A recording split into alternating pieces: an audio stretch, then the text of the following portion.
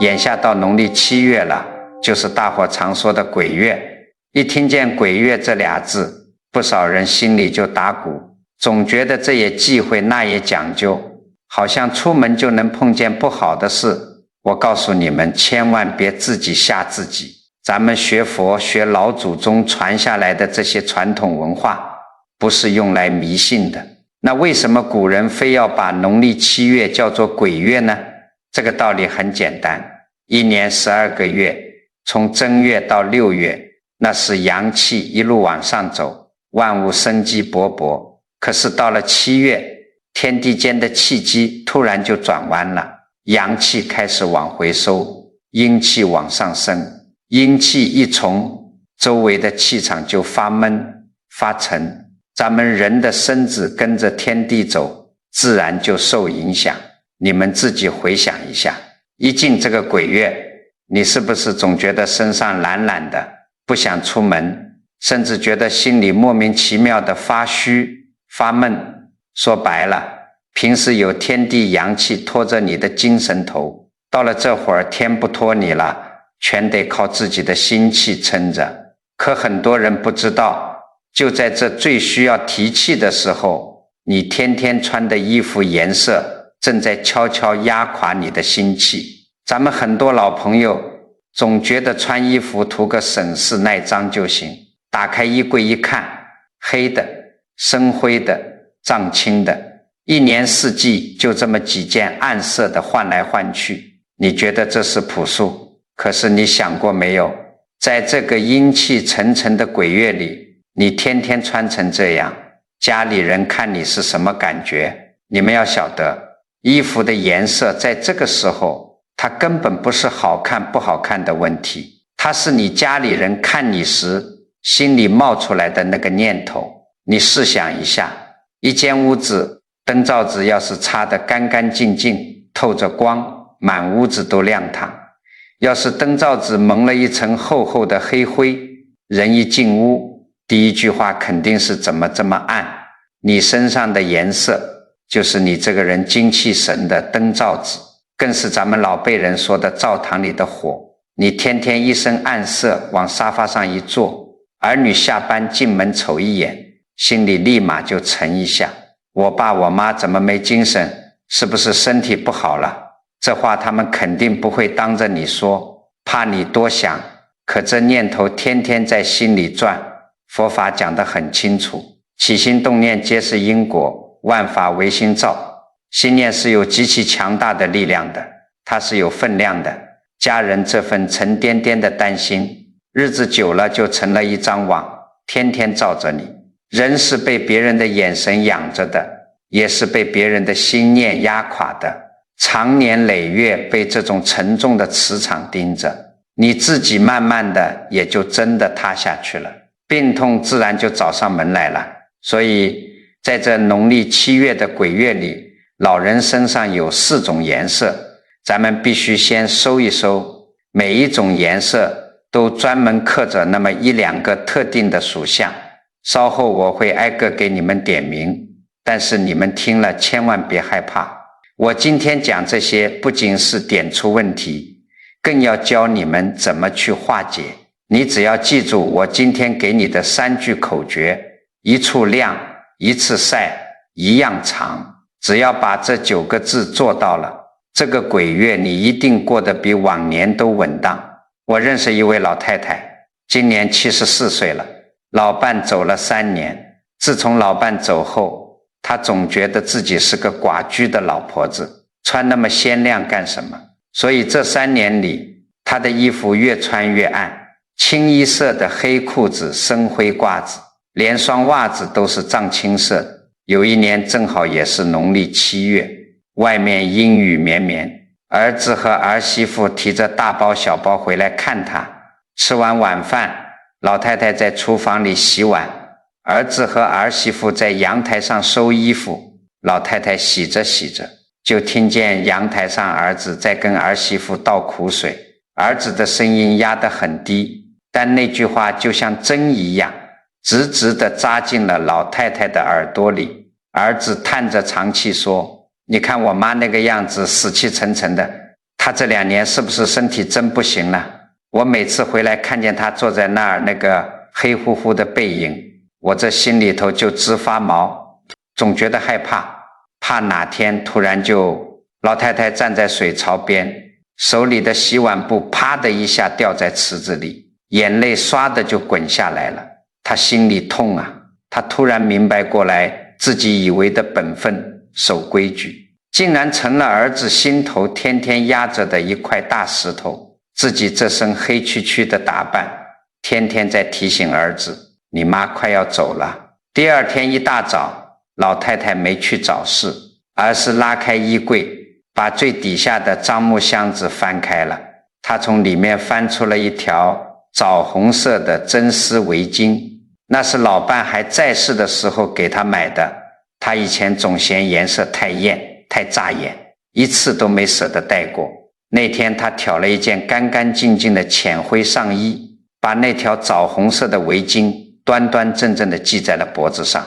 到了周末，儿子又回来看她，门一开，儿子整个人愣在门口，盯着老太太看了足足有5秒钟，原本紧皱着的眉头一下子就舒展开了，脱口而出，妈，你今天真精神。老太太摸着脖子上的围巾，眼眶一热，笑着说，就添了条围巾。儿子走上前，紧紧握住她的手，半天没说话，最后长舒了一口气，憋出一句，妈，挺好，以后就这么穿。我看你这样，我这心里头的一块石头才算落了地，踏实了。你们想想看，这位74岁的老太太真的是因为一条红围巾就变年轻了吗？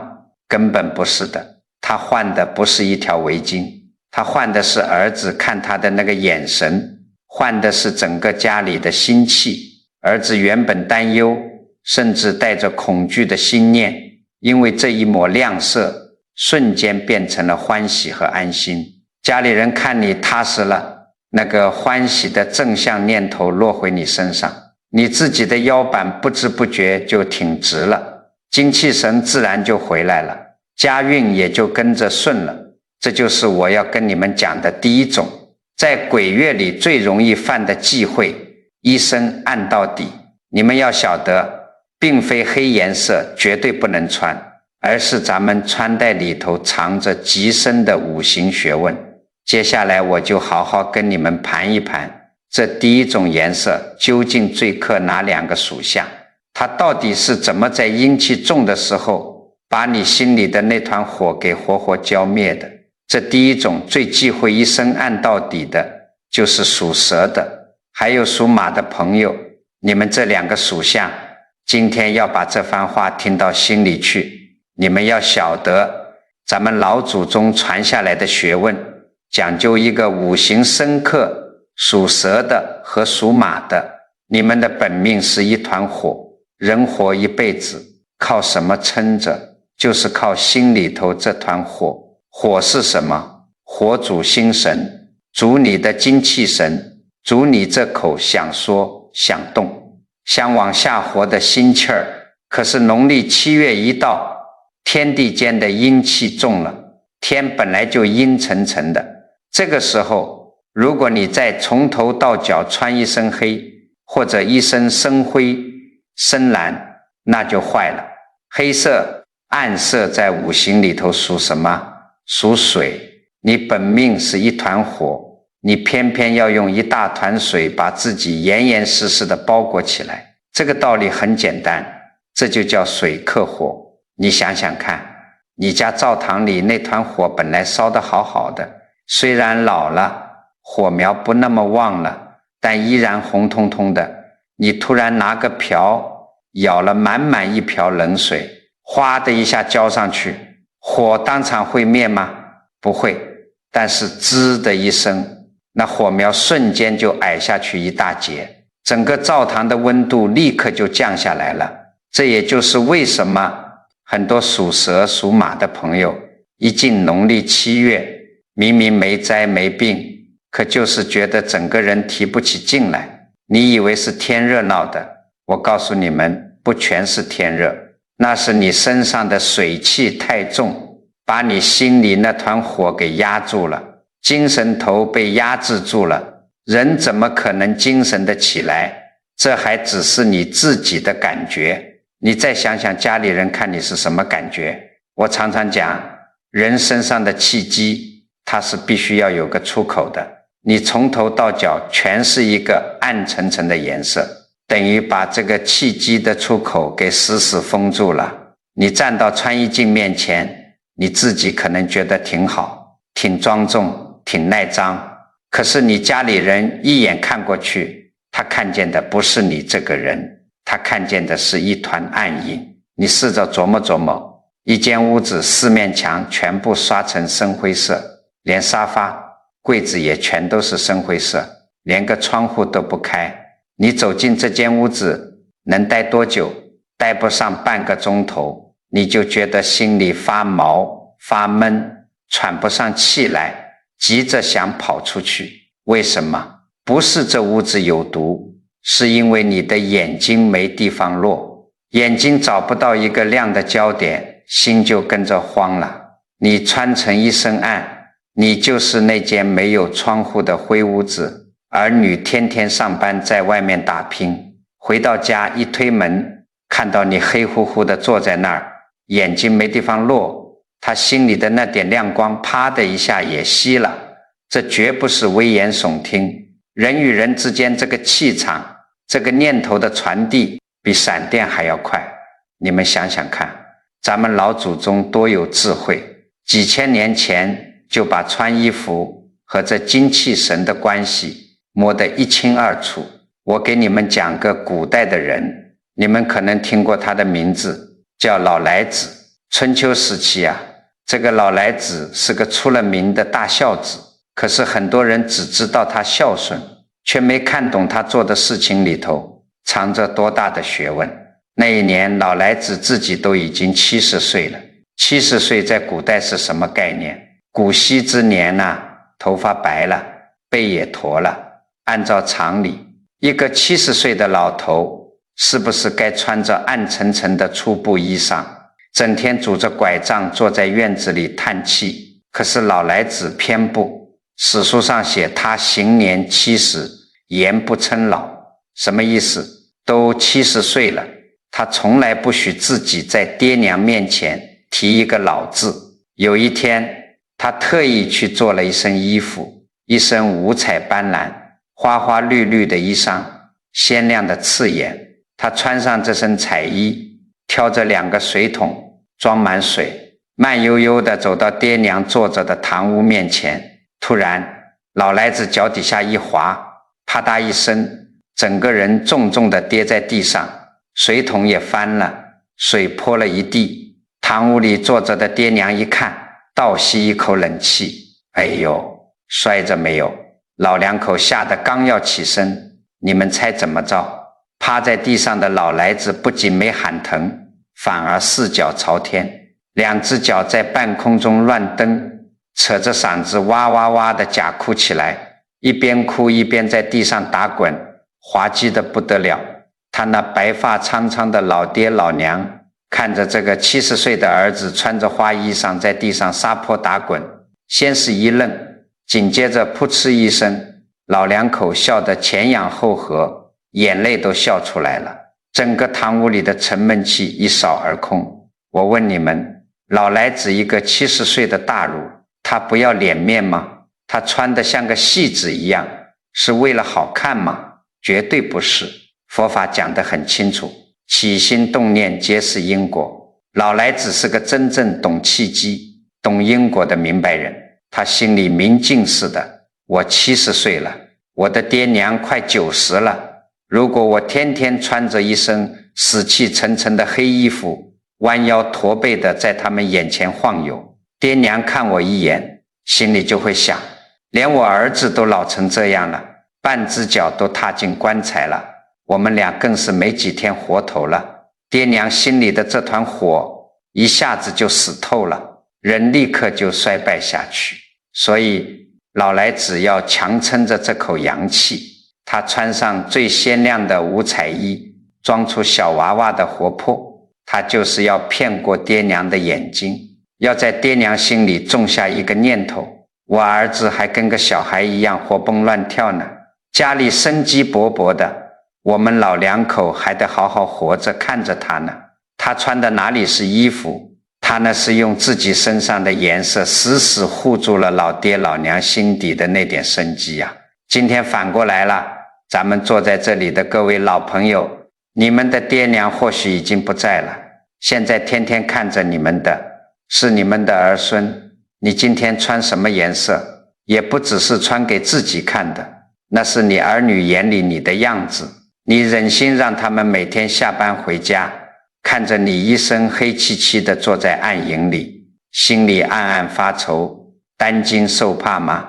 那么属蛇和属马的朋友，是不是回家就要把柜子里的深色衣服全扔了？绝对不需要。你们要晓得，我开头给你们的3句口诀，第一句叫什么？一处亮，破这一身暗到底的局，1分钱都不用花，只要身上有一处亮色，1处就足够了。你翻翻柜子，找一条带点红色的领巾，或者一顶橙色的遮阳帽，甚至是一双酒红色的袜子，出门的时候把它戴在身上最外头那一层。因为你们属蛇属马缺的是火，这红色橙色暖色调就是火。你这一身暗沉沉的衣服里头突然有了这么一点红，这就叫契机有了出口。别人一眼看过来，眼睛立刻就落在了那一点亮色上，看见的就不再是一团死气沉沉的暗，而对你们自己来说，这一点点红色就等于往你们被水浇灭的灶堂里又轻轻地添进了一把干柴，轰的一声，那团火苗又重新跳动起来了。不用买新的，就把你以前觉得太艳，买回来就一直压在箱底不敢穿的那件配饰找出来，明天早上出门买菜，下楼遛弯，你就带上它，你去试一天，看看碰见的熟人怎么跟你打招呼，看看你儿女晚上下班回来，看你的眼神跟平时有什么不一样。这一种最容易犯的忌讳咱们讲透了。可是还有一种颜色，它正好跟一身暗相反，它是太亮了，亮得毫无杂色，它不仅影响精气神，还在咱们老祖宗的规矩里犯了最深的一层忌讳。这第2种颜色就是纯白。很多老朋友一听可能要纳闷了，夏天穿一身白多干净多清爽啊，看着就凉快，这能有什么忌讳？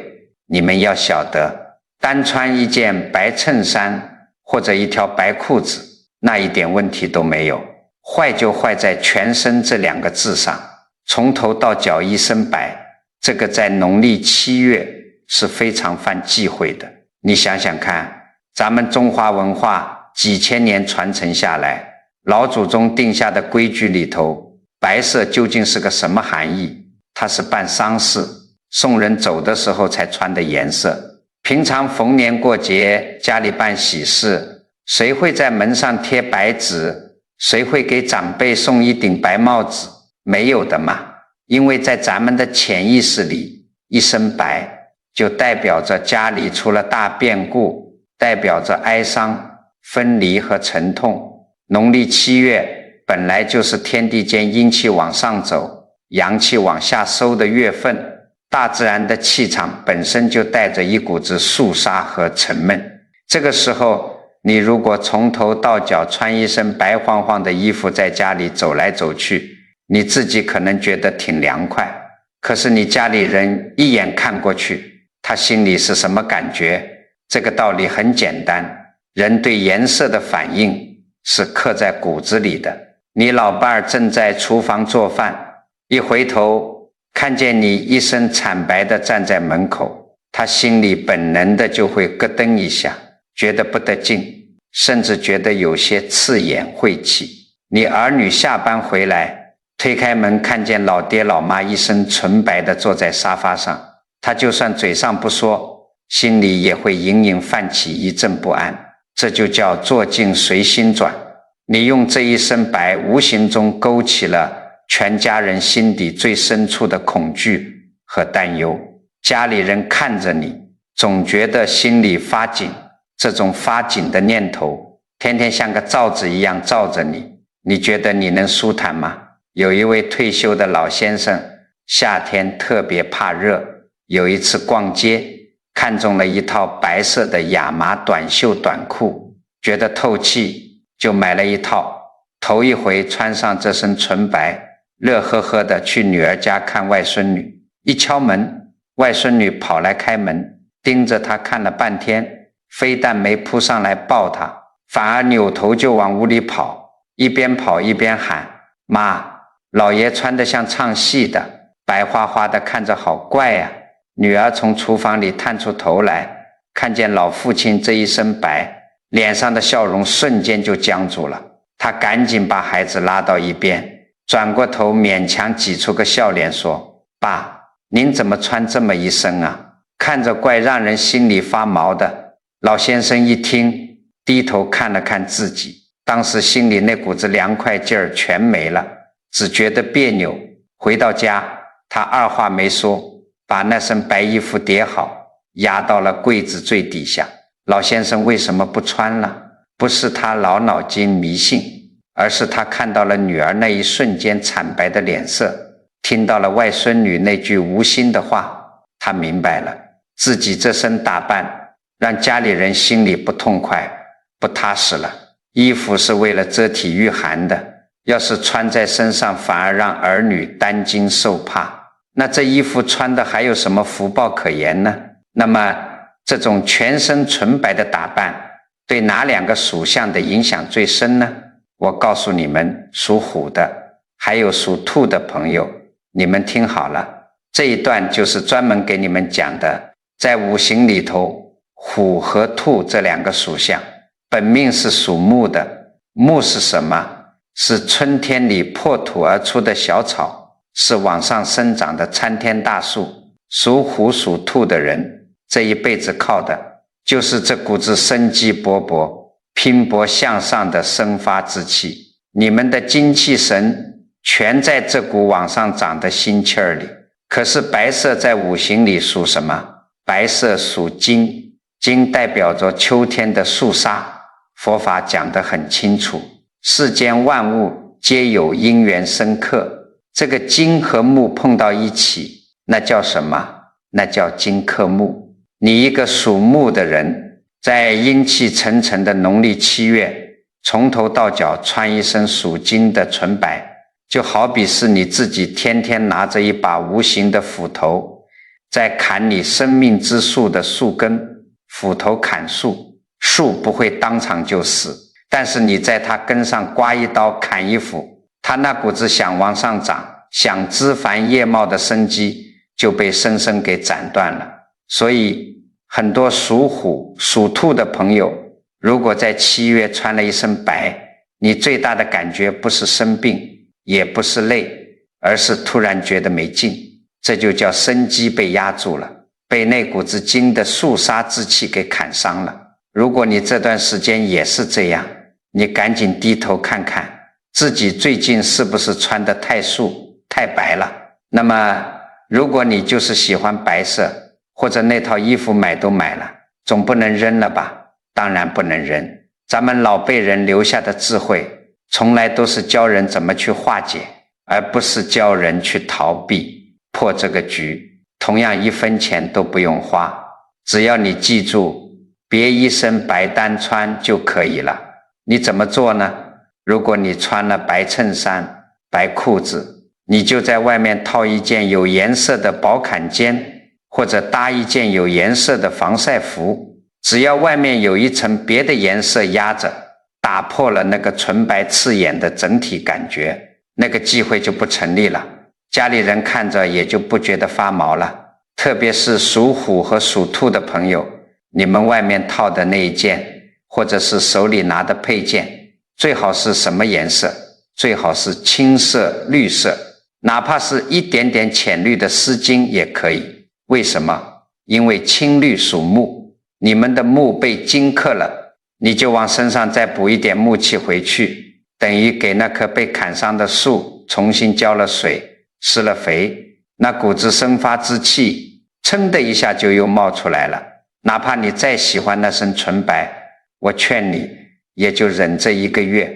农历7月过去之后，天高云淡了，你想怎么穿怎么穿，谁也管不着。咱们人老了，脾气要软一点，顺应天时，顺应家人的心念，这就是在给自己积福。好了，这第2种颜色咱们也讲透了。接下来这第3种，最容易招阴沉之气的打扮，很多人天天穿在身上，却从来没往这方面想过，因为他讲的不是衣服的颜色本身，而是这件衣服在你家柜子最底下压了有多久。你们要晓得，世间的万事万物它都是有气场的，也是会存气的。咱们老祖宗留下的学问里讲，气贵在一个通字，贵在一个流字。你看那山里的活泉水天天流淌，那水捧起来喝，清甜甘冽。可你要是把井口封上大半年再打上来的水，不仅有股子土腥味，喝了还会闹肚子。为什么？因为气死了，变成死水了。衣服也是一模一样的道理。你打开衣柜看看，最底下是不是总压着那么几件旧衣服，可能是10来年前买的，洗的领口都发黄了，你舍不得扔，总觉得料子挺好，偶尔想起来了，翻出来往身上一穿。我告诉你们，这种压箱底的旧衣服上面存的全是死气和尘气。衣服放在阴暗的柜子里几年不动，它把屋子里的潮气，柜子里的霉气，还有那几年停滞不前的旧日子的气，全吸得饱饱的。农历7月，天地间的气本来就往下沉，这个时候你再把这件吸满了死气和尘气的旧衣服套在身上，这就等于把你那几年停滞的旧岁月又重新压回了你的肩膀上。人穿旧衣，心也就容易停在旧日子里拔不出来。你天天穿着它出门，那股子沉重自色的磁场照着你，你这人怎么可能精神得起来？这个忌讳对12个属相里头的2个属相影响最大，属牛的还有属羊的朋友，你们千万要听仔细了。在五行里头，牛和羊这2个属相本命是属土的，土重的人有什么好处？踏实，肯吃苦，脾气好，这是你们的优点。但凡事都有2面，土重的人也有个最大的弱点，那就是沉。你们本来性格就稳重，行动就比别人慢半拍，而那些压箱底的陈年旧衣上面积攒的潮气、霉气，在五行里也属于阴土败土。你一个属土的人身上再穿一件吸满了阴土之气的旧衣服，这个道理很简单，这就叫土上加土，2层土压在一起，那不就成了一座大山了吗？所以很多属牛和属羊的老朋友，一到了7月，如果经常穿那些陈年旧衣，你最典型的感觉不是没精神，也不是心里发慌，而是沉。你会觉得腿脚像灌了铅一样抬不起来，总想坐着，坐下就不想起来，遇到点什么事总想往后拖。你以为自己是年纪大了，其实那是你身上的气被那件旧衣服给制住了。我认识的一位老先生今年71岁，是个老实巴交的技术员。他柜子里有一件深灰色的夹克衫，那是20年前他刚当上车间主任的时候厂里统一发的工作服。这么多年过去了，衣服早洗得发白了，袖口都磨毛了，可他就是舍不得扔。为什么？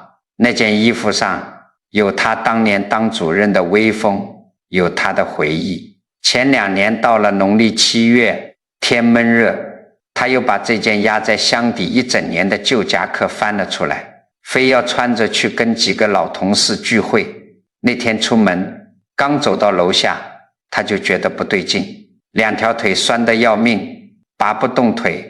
到了饭店，老同事们聊得热火朝天，他却坐在那里一个劲地打哈欠，一句话都不想说，整个人阴沉沉的。回到家，他在沙发上一躺就是大半天。老伴看他不对劲，带他去医院做全面检查，折腾了一大圈，医生拿着报告单说什么病都没有，就是老了，回去多休息吧。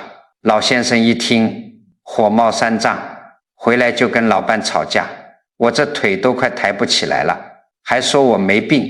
他在家连着发了半个月的无名火，家里气氛压抑得喘不过气。有一天，老伴趁着他出门下棋，在家里大扫除。老伴也是个细心人，他琢磨着怎么老头子只要一穿那件深灰色的破夹克，回来就得躺半天，而且脾气特别大。那天外头是大晴天，30多度，太阳毒得很。老伴一把抓起那件夹克衫，拿到阳台上，用衣架撑开，结结实实的在烈日底下暴晒了一整天。傍晚的时候，老先生下棋回来了，老伴把晒好的夹克衫从阳台上收进来，往老先生怀里一扔，说你再穿上试试。老先生没好气地接过衣服，可是手一碰到那件衣服，他愣住了。那衣服晒得滚烫，布料里透出一股子阳光烤焦了灰尘的太阳味，干爽暖和。他下意识地把衣服披在身上，你猜怎么着？他忽然觉得肩膀上没那么重了，原本那种湿乎乎往下坠的感觉一下子全散了。他在屋里走了2步，腿脚轻快了不少。老先生摸着衣服站在那儿愣了半天，突然长舒了一口气，跟老伴说，奇了怪了，这才像件活人穿的衣服啊，你看他这哪里是生病了，他那是被一件封死了20年的旧衣服上的死气给活活压住了。老伴没扔那件衣服，他只是借了天上最正的阳气，太阳光把那衣服里的死气霉气全给烤化了，打散了，让那件衣服重新喘上气了。所以在座的每一位老朋友，如果你实在是个念旧的人，家里有几件放了好几年舍不得扔的旧衣裳，那绝对没关系。破这个局的法子同样1分钱不花，也就是我前面给你们的总口诀里的第2句，一次晒，趁着这个月挑一个大太阳的好天，把你柜子最底下压箱底超过1年没动过的衣服全部翻出来，该洗的洗一遍，然后挂在太阳底下，结结实实的晒足1天。晒到傍晚，你摸着衣服发烫，闻到那股子正阳之气的太阳味，这就成了，特别是属牛属羊的朋友，你们晒完之后穿这件衣服的时候，记得再在身上搭一件浅色或者白色的配饰，因为你们身上的土太厚太沉了，用一点浅亮色能把这种沉重感卸开，让你的气机流动起来。你们要记住，东西也要透气，跟人一样，你不让它透气，它就用沉甸甸的死气来拖垮你。晒一次旧衣，就是给自己换一次新气。好了，第3种咱们也弄明白了。可是这世上的事往往就是2个极端，有的人爱穿暗的，有的人呢，到了老了反而特别喜欢穿艳的，大红大紫，越亮越好。这就是我要跟你们讲的第4种忌讳。而且这一种很多人非但不觉得是忌讳，反而还以为自己做得很对。你们要晓得，很多老朋友一到了农历7月，心里头有点发虚，听人说这个月阴气重，要辟邪。怎么辟邪呢？他就翻出大红色的衣裳穿在身上，觉得红色阳气足，能挡灾。这个道理对不对？对也不对。过年的时候，家里办喜事的时候，你穿大红，那是绝对对的，因为那时候天地间的气机是热闹的，是往上走的。你穿红色叫做顺势而为，喜上加喜。可是农历7月是什么时候？我前面讲了，这是天地气机往下收的时候，大自然讲究的是一个静字，是一个稳字。这个时候外面阴沉沉的，你突然穿个大红大紫的一身，从街上走过去，你自己觉得挺辟邪，可你想过没有，这就好比是在黑漆漆的深山老林里，你一个人手里举着一个巨大的火把，火把是亮，可是它也扎眼啊。它不仅不能帮你照亮多远的路，反而把黑暗里所有的注意力全引到你一个人身上来了。在阴气最重的时候，你穿得那么扎眼，不是在护着自己，而是在招摇，在向周围所有的气场宣告你的存在。咱们到了这个岁数，最不需要的就是这种四面八方的关注，我们要的是平平安安，藏而不露。所以这第4种太扎眼的艳色，在7月里头，尤其是属猴的，还有属鸡的朋友，你们一定要竖起耳朵听。在五行里头，猴和鸡这2个属相，本命是属金的。金是什么？金是秋天的果实，是收敛，是沉稳，是有规矩的。金最怕什么？这个道理很简单，火克金。你本来是一块沉稳的金子，可是你偏偏要在7月穿一身大红大紫，这大红色在五行里就是最旺的火。你等于是自己架起了一盆熊熊烈火，把自己这块金子放在火上烤。金子放在火上烤会怎么样？会变得滚烫躁动，会失去它原本的形状。佛法讲得很清楚，咱们外在的穿戴会直接反作用于内在的心性。金在咱们人的身体和心性上主什么？主口舌。所以属猴和属鸡的朋友，如果你在这个月穿得太红太扎眼，你最大的麻烦不是身体生病，而是招是非。那团火把你心里的金烤燥了，你会发现自己这阵子脾气特别大，一点火星就能炸。儿媳妇一句无心的话，你听着就觉得是在针对你，当场就顶撞回去。家里闹得鸡飞狗跳，甚至跟几10年的老同事聚会，为了一句闲聊，你都能争得不可开交。事后你自己也后悔，纳闷自己脾气怎么变得这么坏。我告诉你们，不是你脾气坏了，是你身上的磁场乱了。你穿得像个火把一样扎眼，那无明业火自然就顺着你的口舌喷发出来，这就叫惹火烧身，把好好的家庭和气、晚年福气全给烧干净了。你们想想看，咱们老祖宗留下的历史里，那些因为太扎眼而惹来横祸的人还少吗？清朝有个极其出名的人物叫和珅，大家都知道和珅有钱，富可敌国，可是他晚年犯了一个最大的致命伤，就是不懂得藏。他不但要在朝廷里显摆自己的权势，他还要在生活里的每一个细节上都透出那种扎眼的狂妄。他建宅子要用皇家才能用的金丝楠木，他到了晚年穿衣服更是讲究到了极点，越制去穿那种极其鲜艳，只有皇室宗亲才敢上身的大红色，明黄色绸缎，生怕别人不知道他有权有势，生怕别人看不见他身上的富贵。结果呢，嘉庆皇帝一上位，头一件事就是办他。当查抄和珅家产的时候，他往日里穿的那些扎眼的绫罗绸缎全成了他僭越狂妄的罪证。最后朝廷赐了他3次白绫。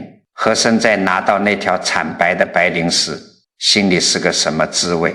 他这一辈子搜刮了无数的真金白银，穿戴了世上最亮眼的锦绣华服，可最后这所有的扎眼瞬间就把他的福报烧得一干二净。他不是死在没钱上，他就是死在太扎眼上了。咱们普通老百姓虽然没有和珅那样的万贯家财，但是道理是一模一样的。人到了晚年，福气就像是你存在银行里的钱，它是拿来藏的，是拿来细水长流慢慢花的，绝对不是拿来显摆的。你穿的大红大紫，满身珠光宝气的走在街上，或者坐在亲戚堆里，你以为别人在羡慕你，我告诉你，那种扎眼的光芒只会刺伤别人的眼睛，勾起别人心里的嫉妒和不平。这种嫉妒的念头一旦生出来，它就会变成一股极强的负面磁场，暗暗地反噬到你身上。所以属猴的、属鸡的朋友，还有所有喜欢穿艳色衣服的老朋友，这个月该怎么做？请记住我一开始教你们的总口诀，第3句话叫什么？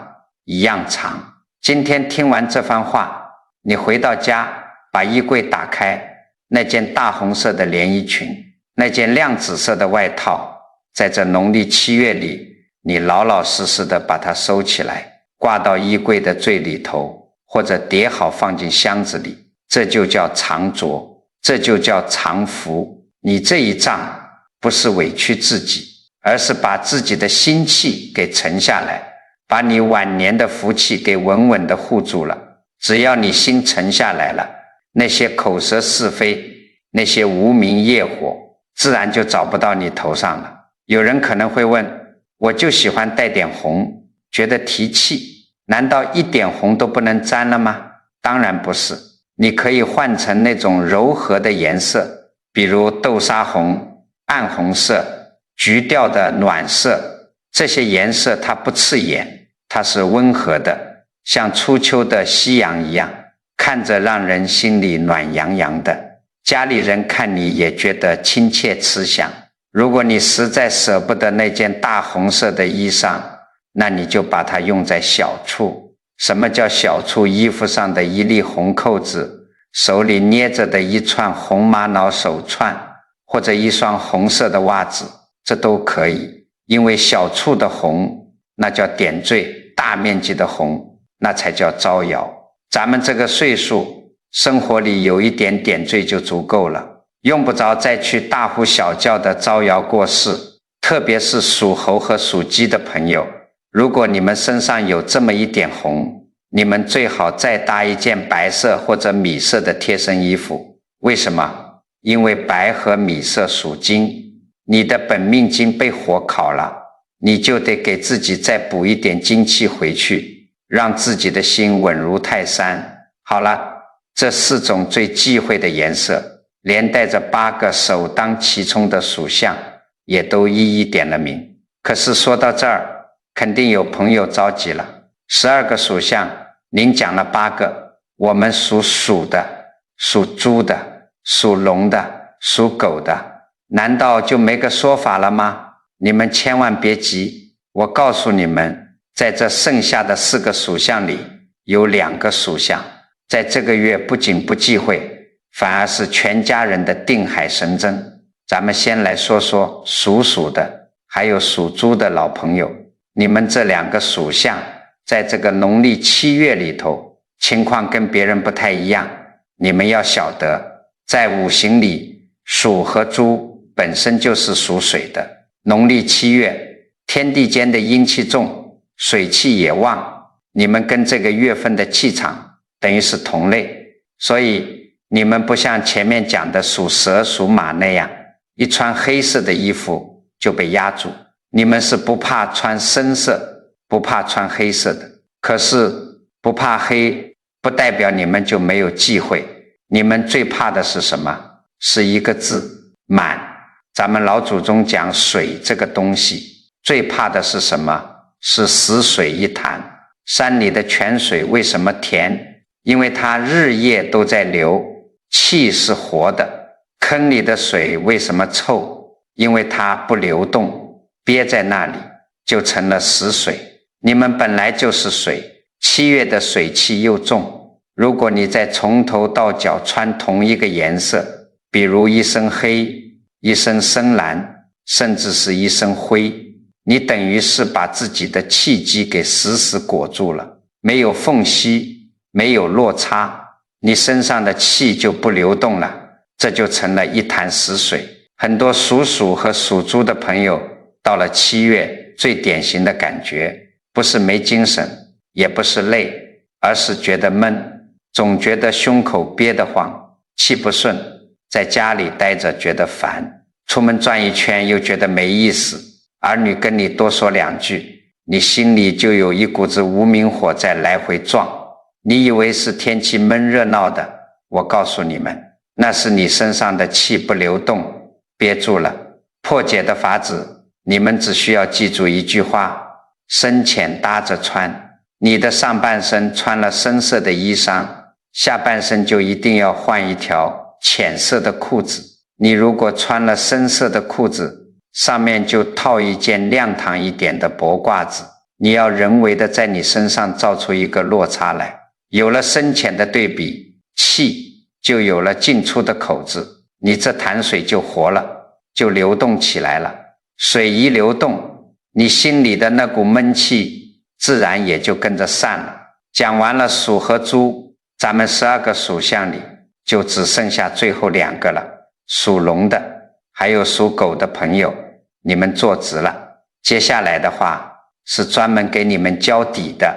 我告诉你们，在这农历7月，别的属相都在想着怎么躲阴气，怎么化解滞气，唯独你们2个属相是12个属相里头最稳当的。你们非但不用躲，你们还得站出来。为什么这么说？这个道理很简单，在五行里头，龙和狗是属土的，而且是极其厚重的阳土。咱们老话说，兵来将挡，水来土掩。农历7月阴气重，水气泛滥，别的属相容易被这股气冲得七零八落，心慌意乱。可是你们属土啊，土是专门克水的，土是专门挡水的。这个月家里的磁场如果不稳，有人心里发慌，有人遇到点事就六神无主，这个时候靠谁？就得靠你们属龙属狗的老辈人站出来顶着，这绝对不是迷信。你们自己回头想想，你们这一辈子家里但凡遇到过不去的坎儿，遇到大事难事，最后是不是常常都是你在拿主意？是不是你一句话定下来，全家人的心就踏实了？因为你们本命里带着的那股子厚重，就是能镇得住场子。所以在这个月，你们不要光顾着自己，你们要多陪陪家里那个胆小的老伴，多张罗一顿热乎饭。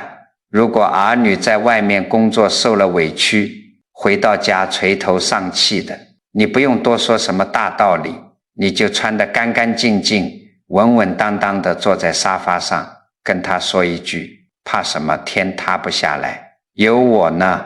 佛法讲得很清楚，这就叫发心，这就叫担待。别的属相在这个月要收敛，你们在这个月要担事。你们的心越稳，你们这个家的家运就越旺。好了，12个属相的忌讳和本分我都给大家盘得清清楚楚了。肯定有朋友要问了，讲了这么多不能穿的，那到底咱们这个岁数在这个月穿什么颜色最养人，最能给家里带来好风水呢？总的原则只有一句话，身上要有一处亮，有一处活，不分什么属相。这个月最养咱们老年人的是第一档的颜色，米色、杏色、浅黄色。你想想看，这些颜色看着是个什么感觉？就像是初冬里照在人身上的一缕暖阳，又像是春天里刚翻开的温润泥土，它不刺眼，不燥热，也不阴寒。咱们人老了，火气衰了，最需要的就是这种温和的暖意。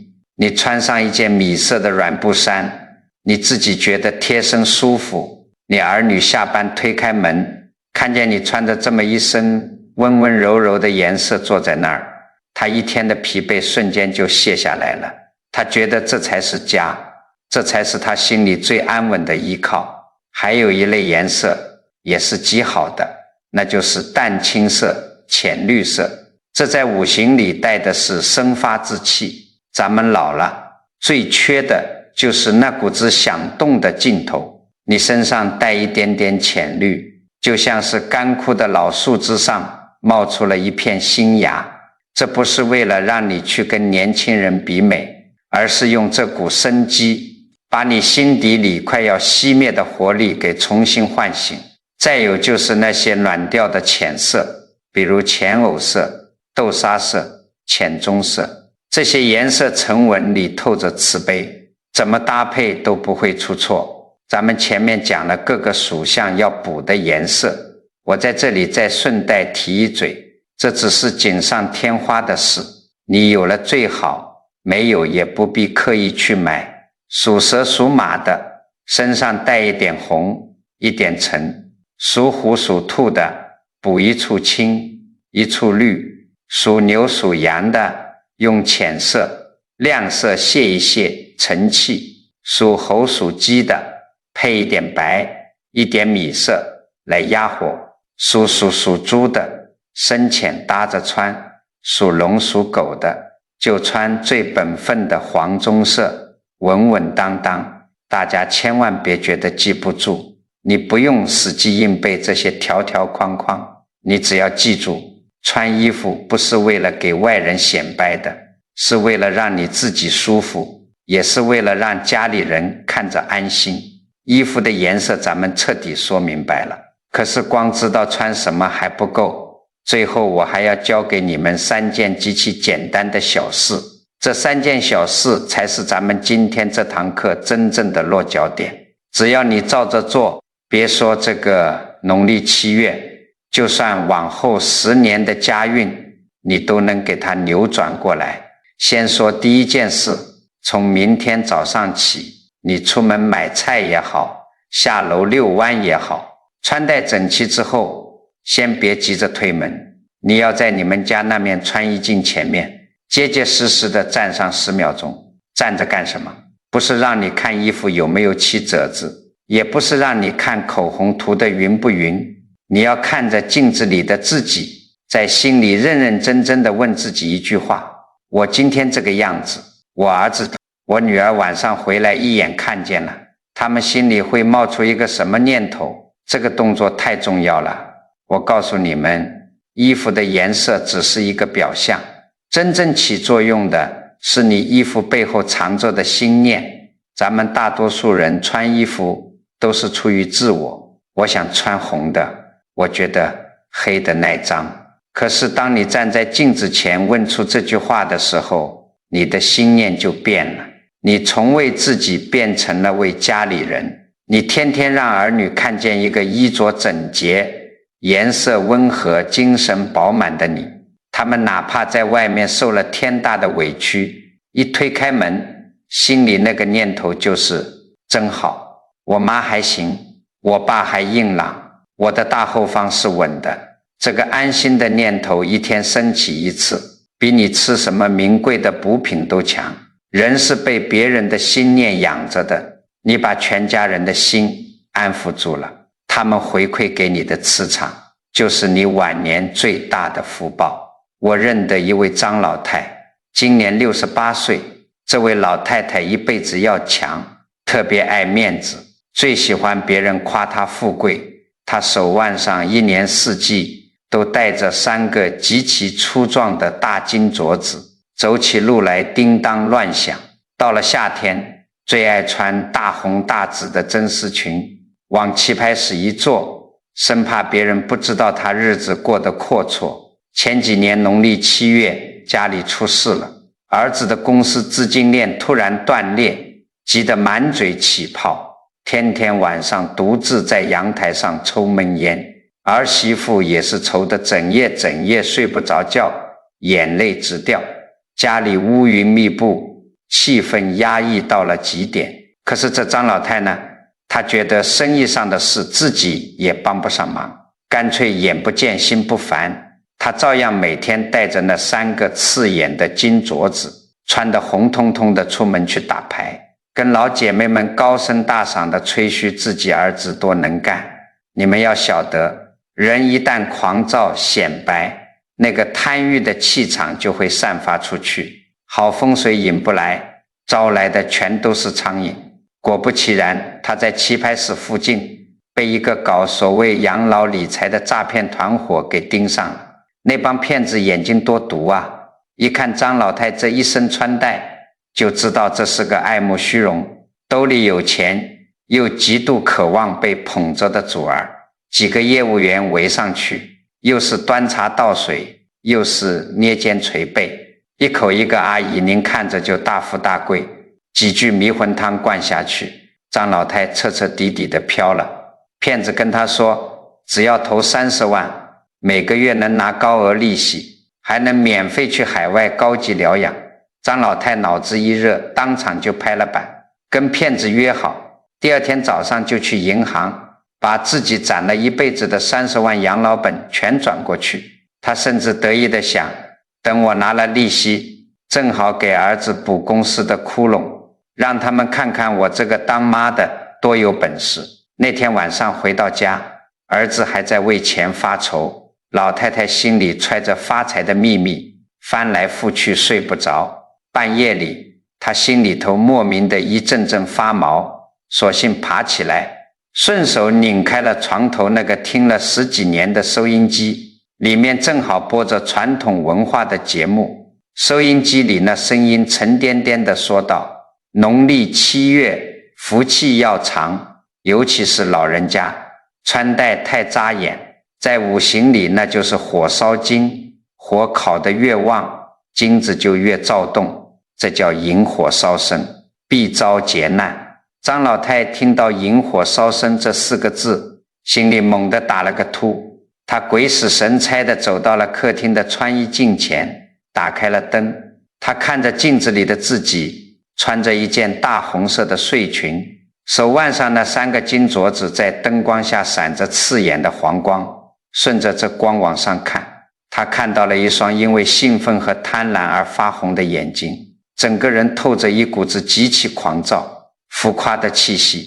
张老太瞬间冒出了一身冷汗，他突然想起了儿子那疲惫颓废的背影，儿子都快破产了，全家都在生死存亡的关头，我竟然还带着这些炫耀的东西，还在外面招摇过市，甚至要去把最后保命的钱砸进一个自己根本不懂的局里。他站在镜子前，突然就顿悟了，我这不是在帮儿子，我这是在烧咱们家最后一点福报。张老太手直哆嗦，她二话没说，当场就把那3个大金镯子退了下来，拿钥匙锁进了最深处的抽屉里。第2天早上，她没有穿那些大红大紫的衣裳，而是翻出了一件极普通的素色纯棉短袖，下面穿了一条深色的软布裤子，手腕上套了一串老伴生前留下的旧木念珠。等他按照约定走到那个诈骗公司的办公室时，几个原本准备好一整套话术的骗子看到张老太推门进来，全都愣住了。昨天还是个穿金戴银满脸贪婪的暴发户，今天怎么突然变成了一个穿着素净，手里拨弄着木念珠，低眉垂目的清秀老太太。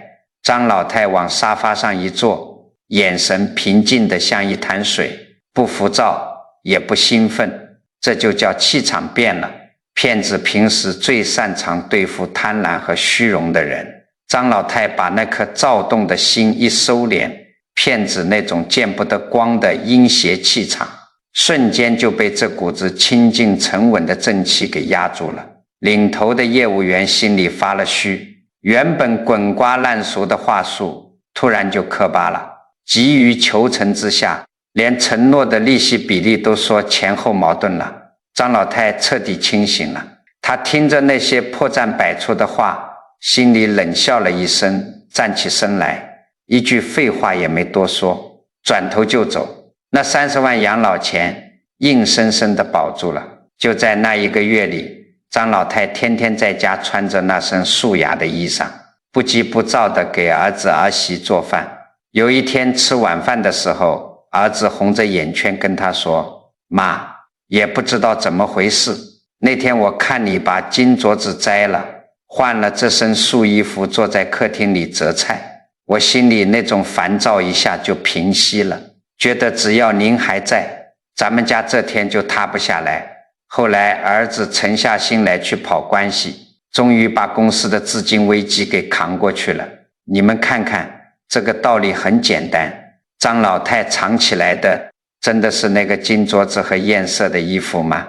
佛法讲得很清楚，心生则种种法生，心灭则种种法灭。它藏起来的是那颗狂妄躁动不安的欲望之心。衣服太扎眼，心就跟着浮躁，引来的全是恶因缘和骗局。一旦你学会了藏，把心火降下来，外面的阴邪之气自然就退避三舍。这就是为什么我反复叮嘱大家，农历7月一定要学会藏。这不仅仅是穿衣的学问，更是保命护家的顶层大智慧。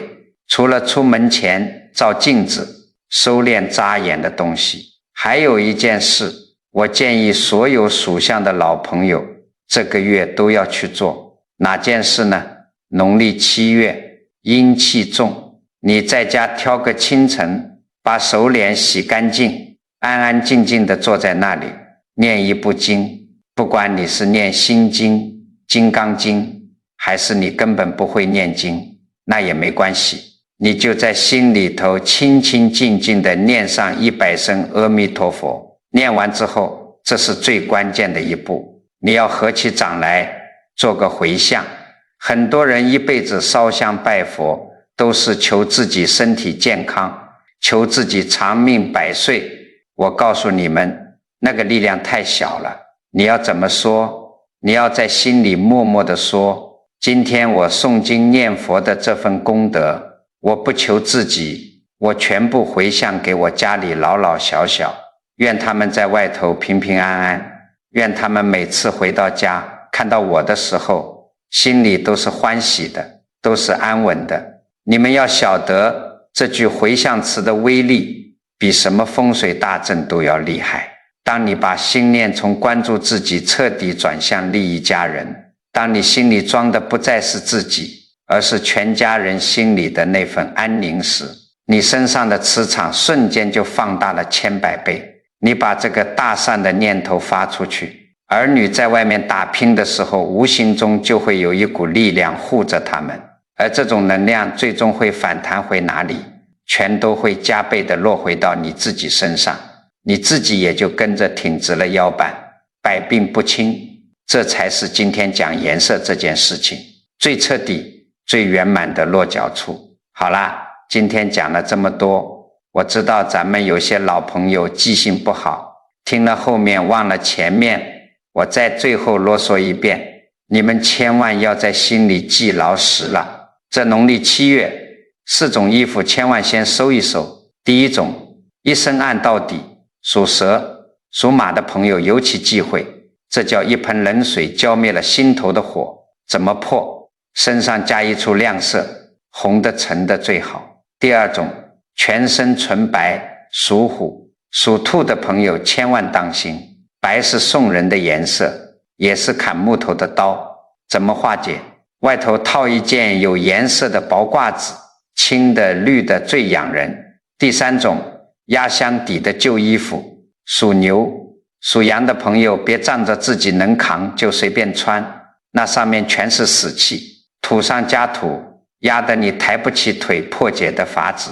洗一次，在大太阳底下结结实实的晒一天再上身。第四种，太扎眼的大红大紫，属猴属鸡的朋友赶紧收起来，火烧筋，最容易惹口舌是非，福气是拿来藏的，不是显摆的。